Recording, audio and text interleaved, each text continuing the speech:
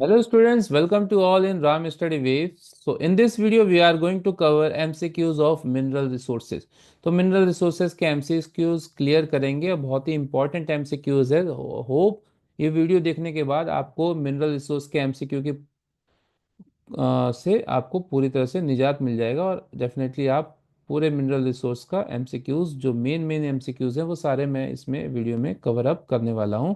और एक क्वेश्चन के साथ हो सकता है कि दो चार क्वेश्चन और निकल के आए तो वो सारे कवर अप हो जाएंगे और आप ध्यान से इस वीडियो को ज़रूर देखिए और पेन कॉपी लेकर कुछ इंपॉर्टेंट जो आपको लगता है कि हाँ ये इंपॉर्टेंट नोट करने लायक है तो उसको नोट करते रहिए। ऐसी जो पढ़ाई होगी वो डेफिनेटली अच्छी होगी, केवल वीडियो देखने से काम नहीं चलेगा। तो सबसे पहला क्वेश्चन लेते हैं, विच of the following mineral is the primary source of aluminium. तो एल्यूमिनियम क्या है भाई, एक मिनरल है, ठीक है, जिसका यूज होता है एयरक्राफ्ट वगैरह बनाने में, ठीक है। एयरक्राफ्ट वगैरह बनाने में इसका यूज होता है और क्यों यूज होता है, बिकॉज ऑफ, ठीक है, लाइट वेट। तो लाइट वेट होता है और मजबूत रहता है, रस्ट फ्री रहता है, इस वजह से इसका यूज होता है वो सारी चीज़ें बनाने में, ठीक है। एयरक्राफ्ट वगैरह बनाने में, बर्तन बनाने में भी यूज होता है और इलेक्ट्रिकल इक्विपमेंट में भी यूज होता है। तो इतनी सारी चीज़ें तो हमने जान ली जो कि आपकी थ्योरेटिकल टर्म में काम आएंगी। अब बात कर लेते हैं इसका प्राइमरी सोर्स क्या है, यानी ओर क्या है इसका। तो जो एल्युमिनियम का जो ओर है वो है बॉक्साइट। तो यानी bauxite is the ore of aluminium, ore of aluminium. तो एल्यूमिनियम का ओर है बॉक्साइट जिससे हम एल्यूमिनियम निकालते हैं, ठीक है। Now next question is, which of the following is the ferrous mineral. तो मिनरल के भाई दो टाइप्स होते हैं, ठीक है। तो मिनरल के दो टाइप होते हैं, metallic and non metallic, metallic and non metallic, ठीक है। तो मिनरल दो तरह के होते हैं, मेटेलिक और नॉन मेटेलिक। अब मेटेलिक में भी दो होते हैं, एक में जिसमें आयरन होता है फेरस बोलते हैं, और एक में जिसमें आयरन नहीं होता उसको बोलते हैं नॉन फेरस, ठीक है। नॉन मेटेलिक भी दो होते हैं भाई, एक होता है ऑर्गेनिक जिसमें कार्बन कंटेंट होते हैं और एक होता है इनऑर्गेनिक जिसमें कार्बन कंटेंट नहीं होते। अब कह रहा है कि विच of the following is ferrous mineral, यानी कौन सा ऐसा मिनरल है जिसमें आयरन है। बॉक्साइट नहीं भाई, ये तो एल्युमिनियम है, इसमें आयरन नहीं होगा। माइका ये नॉन मेटेलिक है ना, इनऑर्गेनिक है, इसमें भी आयरन नहीं होगा। Manganese, yes, manganese is the correct option. Manganese and iron is the ferrous mineral. तो मैग्नीज के अलावा कौन सा फेरस मिनरल है भाई, आयरन। तो मैग्नीज और आयरन दोनों ही कौन से मिनरल है, फेरस मिनरल। और कॉपर भी फेरस मिनरल नहीं है, ठीक है। चलो, नाउ नेक्स्ट इज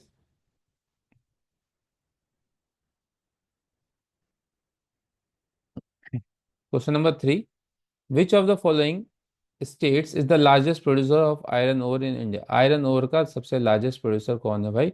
तो आयरन ओर का लार्जेस्ट प्रोड्यूसर है Orissa. So Orissa is the largest producer of iron ore. Now which of the following states is the largest producer of mica. तो माइका का जो लार्जेस्ट प्रोड्यूसर है वो है आपका आंध्र प्रदेश। तो Andhra Pradesh is the largest producer of mica. Now question number 5, which of the following state is the largest producer of copper. तो copper का जो सबसे लार्जेस्ट प्रोड्यूसर है वो है आपका मध्य प्रदेश। तो मध्य प्रदेश में सबसे ज्यादा कॉपर होता है। Now which of the following, question number 6, which of the following is the largest coal field in India. सबसे बड़ा कोल फील्ड इंडिया में कहाँ पे है। तो कोल फील्ड के लिए जो झारखंड फेमस है, ठीक है। तो झारखंड में जो है आपका एक डिस्ट्रिक्ट है झरिया, ठीक है। तो झरिया है फेमस फॉर कोल। तो Jharia is the correct option. Which of question number 7, which of the following is the largest natural gas field in India. तो सबसे ज़्यादा नेचुरल गैस कहाँ पे पाई जाती है, तो भाई कहाँ से निकाली जाती है, मुंबई हाई से। तो मुंबई हाई से सबसे ज़्यादा नेचुरल गैस निकाली जाती है। Which of the following mineral is use in manufacturing of cement. Cement बनाने में इनमें से कौन से मिनरल का यूज होता है। तो लाइम स्टोन यानी चूना पत्थर का यूज होता है। लाइम स्टोन, चूना पत्थर का यूज किया जाता है सीमेंट बनाने में, ठीक है। Which of the following is the most common iron ore mineral. तो सबसे कॉमन आयरन ओर मिनरल कौन सा है। तो आयरन ओर के जो ओर हैं आयरन के, वो चार हैं आपके। हेमेटाइट,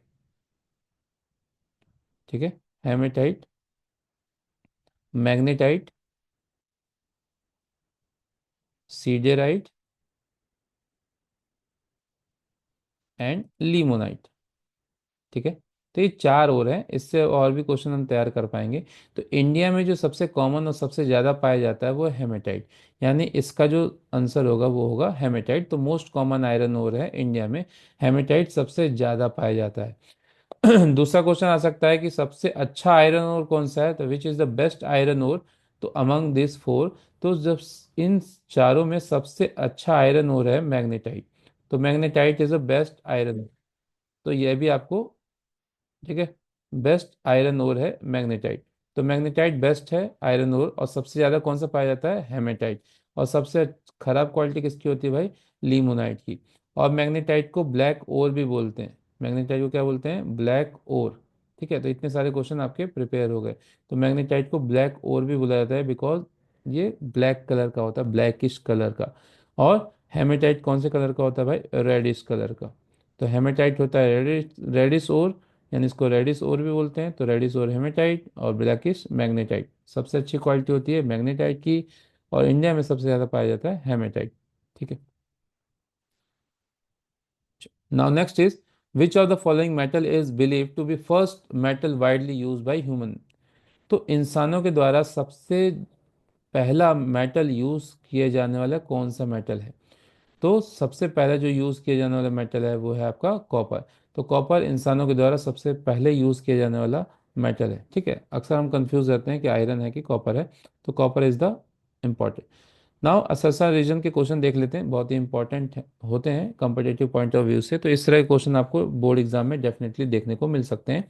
इसलिए मैंने हर वीडियो में दो चार असर्शन रीजन के क्वेश्चन डाल रखे हैं, जिससे कि आपको एक अंडरस्टैंडिंग हो सके कि इस तरह के भी क्वेश्चन आ सकते हैं। ठीक है।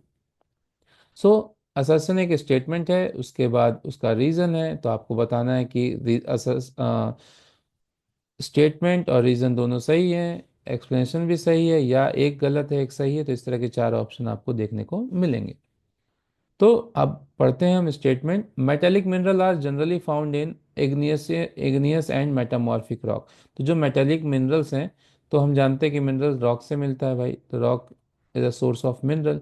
तो कह रहा है कि जनरली फाउंड इन मेटामॉर्फिक और इग्नियस रॉक, तो ये तो बिल्कुल सही बात बोल रहा है।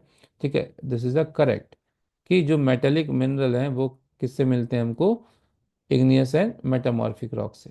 तो ये असर्शन सही है।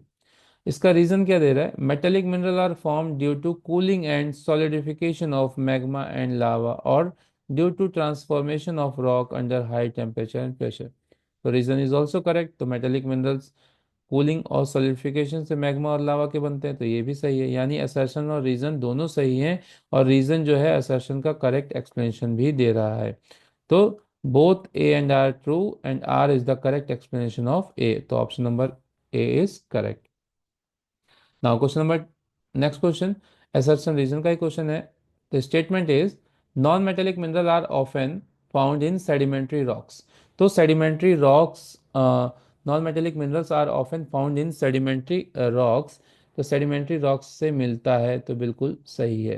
तो non metallic minerals like limestone, ठीक है, limestone, mica, so all these are form from found from sedimentary rock. तो सेडिमेंट्री रॉक होती क्या है, तो जो नदी अपने साथ सेडिमेंट्स लेके आती है वो किनारे पे डिपॉजिट कर देती है, और डिपॉजिट करने के बाद वो हो जाता है hard, and it become, sediment become hard and become sedimentary rock.